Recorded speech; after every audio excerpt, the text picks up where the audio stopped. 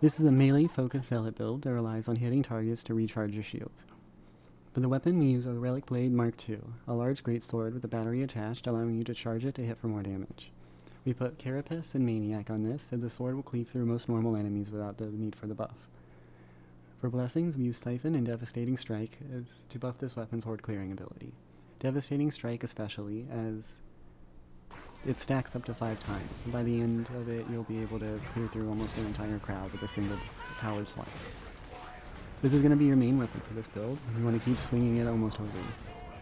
It has a special activation where you charge the blade with like electricity, and it will make the strikes hit harder. It can overheat, so you want to shut it off before it does, as the cooldown on the overheat is a lot longer than just the coolness going down by itself. The light attacks are a large sweeping strike that's perfect for large clouds and stunning gunners, while the heavy attack is a hard downward strike you want to use for more heavily armored opponents. The ranged weapon is the heavy last pistol, set up with Clack and Carapace and blessed with Dum Dum and Infernus. Both will help the gun hit harder when you need it to. You won't be using this weapon directly as much as your sword.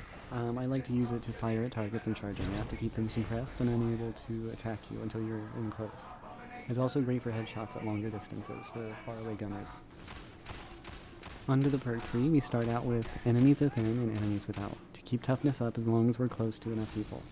Purge the Unclean lets us do more damage to unyielding and infested enemies. Your Immolation Grenade is great for throwing into a crowd for AoE damage while you're slashing. Until Death and Holy Revenant will keep you alive in bad spots and will even allow you to heal based on the damage you dealt. Against the Odds helps stack damage on large group. You'll begin to notice a theme here, as the Zealot is strongest when you are fighting against a large group. Providence provides a revive speed buff, freeing up the spots on your curios for other things.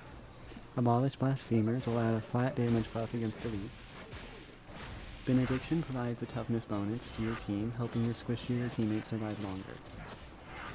Fury of the Faithful is a great addition to this build, letting you dash forward, adding damage to your next attack, as well as increasing your attack speed, and restoring half toughness. This is for closing the distance on distant targets and finishing them quick, though you can also use it for things like replenishing toughness in a fight, or getting through a wall of flames from a flamer or a bomber. Blazing Piety will add a 25% crit chance and replenish toughness on activation, and this activates on either 25 kills or 25 critical hits. You can mix the two within 25 meters.